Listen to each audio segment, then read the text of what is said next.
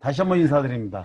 이번 학기에 여러분들에게 어떻게 하면 본문이 말하고자 하는 바, 즉 이것이 강해 설교를 할 수 있는데요. 이것을 잘 할 수 있는지를 여러분들에게 강의해야 될 김창혁 교수입니다. 반갑습니다.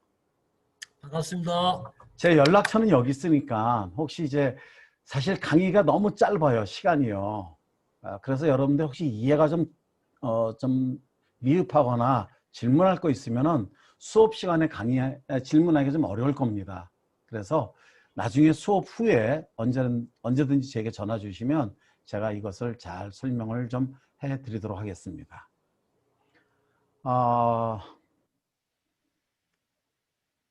제가 좋아하는 배우를 먼저 좀 서두에 좀 말씀 좀 드리고 싶어요. 배우들이요, 메릴 스트립이라는 분입니다. 이분은요. 이분이 2017년 골든글로브상 수상에서 배우가 해야 할 유일한 일은이라고 자기의 소감을 밝혔는데, 배우가 무엇을 하는 사람일까요? 여기 보면 이렇게 얘기해요. 우리와 다른 사람들의 삶에 들어가. 첫 번째는 다른 사람의 삶, 배역을 맡은 사람의 삶에 자기가 들어간다는 거예요. 그 삶을 들어가는 거예요. 그리고 관객들에게 자기가 들어가 살아보니까 이렇다 하는 그 느낌이 어떤지를 느끼게 해주는 일이 배우다라고 얘기합니다. 이분이 얘기하는 중요한 내용은 배우가 어떤 대본을 따라서 이렇게 연기를 하는 것이 아니라 그 사람의 삶에 들어간다라는 것입니다. 그리고 그 삶이 어떤지를 관객들에게 느끼게 해주는 일이 배우다라고 얘기합니다. 그렇다면 우리 설교자들은 어떻게 해야 될까요? 저는 여러 목사님들이 매 본문마다 성도님들을 본문의 현장 속으로 안내하는 가이드와 같은 역할을 해야 된다고 생각합니다. 본문 속에서 저자가 말하고자 하는 바가 무엇인지를 먼저 목사님이 연구하는 과정에서 깨닫고, 사실 이 과정이 너무나 중요합니다. 이렇게 얘기를 하죠. 목사님, 다음에 다시 태어나도 목사님 하시겠습니까? 라고 질문을 받는다면 사실상 저는 당연합니다. 왜? 여러 목회가 힘든 건 두 번째고요. 목사로서 최고의 갖고 있는 권위는 본문을 성도들에게 전하는 일이거든요. 그런데 목사님이 본문을 전하는 일을 하는 그 과정, 이것을 이제 서기 과정이라고 이야기도 합니다. 연구하는 과정을 통해서 그때 성경의 저자를 만난다는 거예요. 바울을 만나고, 오늘 총장님 설교 말씀처럼 엘리사를 만나고, 오늘 엘리사의 그 제자들과 함께하는 그 현장 속에 우리는 들어갔다 온 거예요. 잃어버린 도끼. 너희들이 무엇을 잃어버렸느냐? 집을 짓기 위해서는 그 도끼를 잃어버렸지만 이것을 하나님의 사람이라고 나와요. 여러분 보시면 맨 처음엔 엘리사의 제자지만 나중에는 하나님의 사람의 제자들이라고 얘기해요. 하나님의 사람, 하나님은 그것을 다시 얻게 해줄 수 있는 능력과 힘을 갖고 계신 분이다. 이러한 것을 우리는 사건 현장 속에서 먼저 목회자가 저자를 만나고, 하나님을 만나고, 성령님을 만나고, 예수님을 만나고, 그 다음에 그 느낌, 그 감격을 그대로 다시 성도들에게 전해주는 일. 무엇을 통해서? 적용을 통해서. 저는 목사님들의 삶이 바뀌는 것은 마태복음 4장 4절의 말씀처럼 사람이 떡으로만 사는 것이 아니라 하나님의 입으로 나오는 모든 말씀으로 말미암아 산다라고 했습니다. 우리 사람이 사는 거는 하나님 말씀으로 살 수가 있거든요. 그런데 그 말씀을 얼마나 여러분들이 잘 찾아낼 수 있느냐, 본문 속에서 저자의 의도가 무엇이냐, 이것을 찾는 일이 가장 중요한 일이에요. 이 시간이 가장 기쁜 시간이고, 이 시간을 통해서 우리는 성령님을 만나고 앞서 말씀드린 것처럼 저자를 만나는 거예요. 그리고 그것이 내 삶을 변화시킵니다. 목사님과 그 목사님의 가족 또 모든 공동체는 먼저 목사님의 삶이 변화가 되는 거예요. 무엇에? 말씀으로 말미암아. 그리고 그 삶을 살아가는 것을 성도님들이 보는 거예요. 그리고 연구된 말씀을 내가 그 삶을 살아가면서 성도들에게 우리 그 삶 같이 살아갑시다라고 전하는 것이 말씀이고 적용이라는 것입니다. 이렇기 때문에 너무 중요합니다. 심지어 세상의 배우들도 이렇게 처절하게 하는데 하나님의 말씀을 맡은 우리 목사님들은 당연히 이렇게 해야 된다는 거예요. 근데 왜 이것이 어려울까? 이것을 풀어드리는 시간이 바로 저의 강의입니다. 여러분 강의안을 한번 보시죠.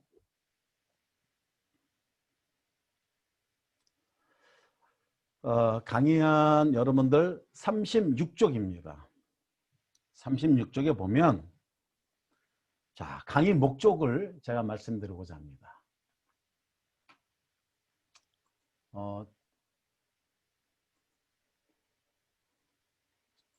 지금 잘 들어오고 있죠? 예, 네. 예, 감사합니다. 예, 이건 제가 여기다 놓고 본 강의의 목적은 자, 토시 언어를 우리가 쓰고 있어요. 토시 언어 쓰는 대표적인 나라가 한국하고 일본이에요. 그 한국하고 일본의 토시 언어를 쓰고 있는 한국인 목회자들을 위한 강해 설교에 관한 이론을 배울 거고요. 강해 설교가 무엇인지 이번에 완전히 정립을 시켜드릴 거고 여러분들도 강해 설교를 할 수 있도록 제가 도와드릴 것입니다. 그 다음에 강해 설교를 한다는 것은 창의적인 설교를 할 수 있어요. 제 이름이 김창혁입니다. 창의적이고 혁신적이다 해서 저는 안녕하세요. 창의적이고 혁신적인 목사 김창혁입니다. 이렇게 얘기하는데 여러분 창의적인 방법으로 강의 설교를 만들 수 있는 방법과 실제를 배울 거예요. 근데 시간이 짧기 때문에 여러분들이 집에서 꼭 이 책을 먼저 공부해 주시면 이거 정말 좋은 책이고요. 아직 제가 출판을 하지 않았습니다. 앞으로 이제 출판도 할 예정인데 읽어보시면 너무 좋을 것 같아요. 시간도 줄일 수 있을 것 같아요. 그래서 첫 번째는 여러분들 7단계 과정을 통해서 서기하는 법을 배우게 될 거예요. 그래서 목사님들한테 다른 분들한테 너 설교 어떻게 준비하니? 그럴 때 아, 나는 서기를 해 라고 한다면 그건 매우 훌륭한 목회자입니다. 그리고 자, 한번 질문할게요. 자, 이를테면 어느 분이 목사님 요번에 누구누구 있는데 뭐 설교 좀 맡아주실까요? 라고 얘기했을 때 여러분들 어떻게 하세요? 그 주일날 설교 어떻게 준비하세요? 무슨 본문으로 할까? 이렇게 고민하실 수도 있겠죠. 그런데 이제 그래서 본문을 잡으면 본문 가지고 이거를 어떻게 하지? 하고 주석을 보는 순간에 여러분은 끝이에요. 본 강의의 특징 중에 하나는 주석을 나중에 보는 건데요. 공부 열심히 하신 분들은 내가 한 것이 보니까 주석을 보니까 주석에 나오는 거예요. 내가 막 열심히 한 게 보니까 주석에 나오는 거예요. 얼마나 기분 좋은지 아세요? 그 정도로 여러분들이 정말 본문을 잘 파악할 수 있게 된다는 것이 특징이에요. 그리고 두 번째는 여러분들이 좋은 루틴을 만드는 거예요. 설교 준비 7단계로 좋은 루틴을 만들어서 어느 본문을 만나더라도 이 루틴대로 할 것입니다. 이것이 본문의 이번 강의의 목표예요. 루틴, 좋은 루틴을 만들어서 순서 1단계부터 7단계까지를 잘 만들 것이다. 그래서 본문 중심적 강의 설교를 함으로써 지교의 강단이 말씀으로 풍부해지고 부흥되는 것이다 라는 것입니다. 주교제는 지금 여러분에게 나눠드린 교재고요. 그 다음에 여러분들 독서보고서 서평 제출은 나와 있는 대로 하워드 핸드릭슨이라는 그 분의 삶을 변화시키는 성경 연구 참 좋습니다. 그리고 백석대 김덕수 교수 삶의 변화를 일으키는 귀납식 강해 설교, 장두만 교수님의 다시 쓰는 강해 설교 역성법, 정인교 교수님의 설교 설리기, 워렌 위어스비 상상이 담긴 설교, 꼭 보세요. 내러티브 설교에서는 아주 필수입니다. 그 다음에 폴 스캇 윌슨의 설교와 상상력, 이런 부분이 이거고요. 여러분들이 성적 뭐 이렇게 나오는 대로 하겠습니다. 자, 오늘 오래됐던 시험을 할 수가 없어요. 강의 좀 진행을 할 거거든요. 한번 내용을 한번 보시죠. 우리는 이제 7단계로 할 거예요. 색깔을. 오늘 이제 강의 설교 정의 특징 볼 거고요. 그 다음에 1단계, 2단계, 3단계인데 여러분 본문 관찰이 너무나 중요해요. 어떻게 설교 고민하세요? 지금 많은 분들이 지금 감신해서 박사과정에 논문을 남겨놓은 분이 논문을 남겨놓은 그 목사님의 고민이 어떻게 하면 성경을 읽어낼 거냐라는 거예요. 근데 여러분들 이 수업 잘 들으시면 성경을 너무나 잘 읽어낼 수 있습니다. 그 다음에 그래서 본문 관찰이 너무 중요하다. 이거를 좀 시간을 할애를 많이 했어요. 그리고 이제 앞서 말씀드린 목사님처럼 원어를 어떻게 하면 설교에 적용을 할 거냐, 이미지를 볼 것이냐라는 것을 배울 거예요. 그리고 주석류, 연구하는 방법, 설교 구성, 그 다음에 설교문 작성문 또는 설교 제목 만들게요. 여러분, 본문을 정해놓고 설교 제목 먼저 만들면 큰일 납니다. 설교 제목 먼저 만들면 정말 큰일 납니다. 그러면 여러분들이 본문을 보는 눈이 너무 좁아져요. 설교 제목은 언제 만드느냐? 설교문 쓰고 나서 맨 마지막에 설교 제목을 정하는 거예요. 그리고 도입 부분도 여러분 어떻게 하는지 아세요? 본론, 결론이 나온 다음에 도입 부분이 나와야 돼요. 그래서 이제 그런 것을 여러분들에게 강의하도록 하겠습니다. 첫날, 첫 시간, 이제 10분 남았어요. 자, 제1강. 여러분들 잘 보이죠? 지금 책을 안 봐도 될 것 같아요. 근데 책 보셔도 되고 상관은 없어요. 그죠? 네, 잘 보입니다. 예, 여기 제가 아직 이거를 준비했어요. 자, 밑줄 준 것만 볼게요. 설교를 듣다 보면 대부분의 설교들이 성경을 중심으로 하는 강의 설교기보다는 성경 본문이 설교자의 주장을 일부분 뒷받침해주는 기독교식 토크라고 김덕수 교수가 얘기해요. 그러니까 이 얘기는 뭐냐면 본문을 정했으면 본문이 말하고자 하는 바, 의도, 목적 이것을 전해야지. 많은 경우가 어떤 분들은 본문은 나중에 자기의 얘기를 도와주는 데 쓰인다면 이거는 강해 설교가 아니라 기독교식 토크라는 거예요. 혹시 이런 분 안 계세요? 두 번째는 창의적이지도 못하고 천편일률적인 진부한 설교를 하는 경우가 많이 있죠. 뻔한 내용이에요. 뻔한 내용. 설교도 뻔한 설교. 제가 대학로에서 모노 드라마도 하고 또 악기 연주들과 음악 연주가들, 뮤지션들과 함께 이야기가 있는 찬양 연주회라는 것도 진행하는데 이것을 들은 어떤 장로님이 이거는 우리 기독교뿐만 아니라 모든 사람이 좀 들어도 너무 재밌을 것 같아요 라는 거예요. 이 이야기가 뭐냐? 진부하지가 않다는 것입니다. 자, 국민일보가요 조사했어요. 설문조사했어요. 근데 그 결과 목회자들을 상대로 설문조사했는데 결과가 83%가 목회자가 내 설교 실력 희약점입니다라고 얘기해요. 근데 이것이 목회자들이 한 대답이에요. 근데 만약에 이것이 청중들이라면 희약점이 어쩌면 디약점일 수도 있습니다. 한국교회만 문제만이 아니에요.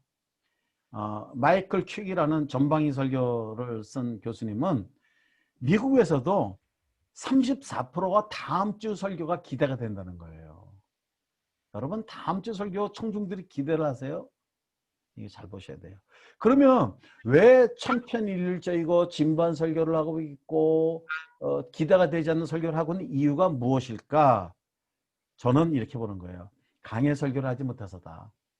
그런데 강해 설교를 하려면 중심주의를 드러내는 본문 관찰이 필수예요. 여러분 본문 관찰 정말 잘하셔야 돼요. 이것만 잘해도 이번 수업에서 본문 관찰만 잘해도 여러분들 할 얘기가 너무나 많아져요. 셋째는 상상력을 활용하지 못한다는 거예요. 특별히 구약 성경 히브리어는 이미지로 구성되어 있어요.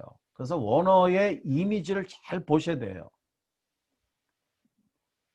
다음 페이지 넘어갈게요. 여러분들과 페이지는 좀 다를 수 있어요.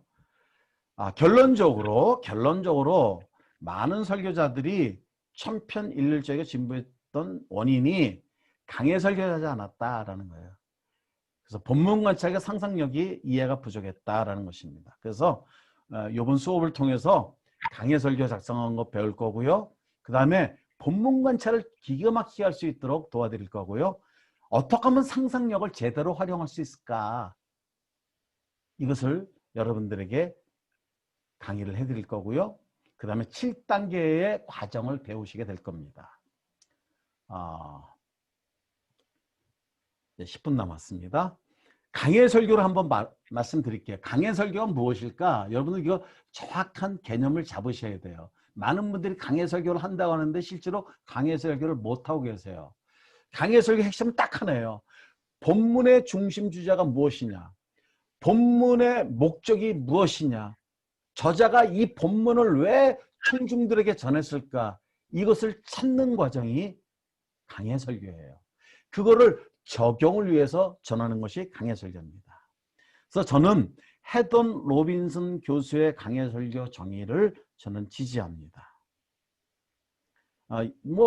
이게 되게 한글 어려운 거 아시죠? 한글 되게 어려워요. 한번 이걸 한글로 한번 볼까요?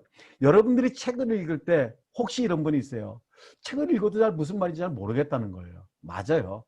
근데 이번 수업을 통해서 이제는 여러분들이 책을 잘 읽을 수 있게 돼요. 한번 볼까요? 얼마나 어려운지.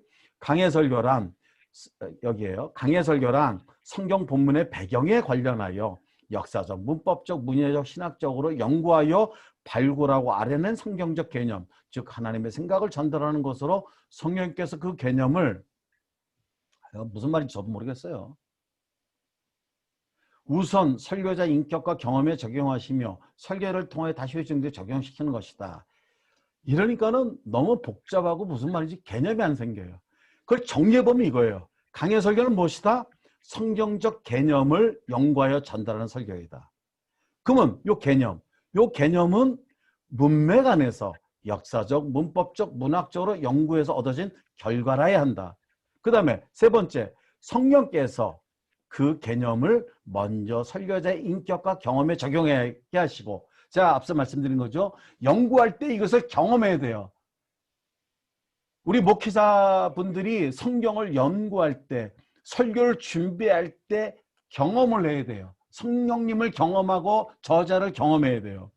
인격과 경험에 하게 하시고 설교를 통하여 다시 청중들에게 적용하는 것이 바로 강해 설교라는 거예요. 중요한 거는 성경적 개념의 전달이에요. 성경적 개념은 오직 성경 본문으로부터 근거해야 한다는 것이 강해 설교예요. 그러니까 강해라는 것이 영어로 expose라고 얘기합니다. 이 expose는 드러내다, 폭발하다의 뜻이 있어요. 시드니 그레이다누스 교수도 제가 존경합니다.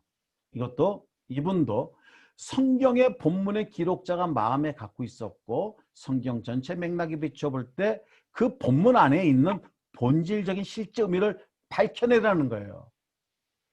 여러분들이 본문 속에서 실제적인 본문의 의미를 밝히는 것이 설교자가 해야 될 일이에요. 근데 이게 얼마나 좋은지 아세요?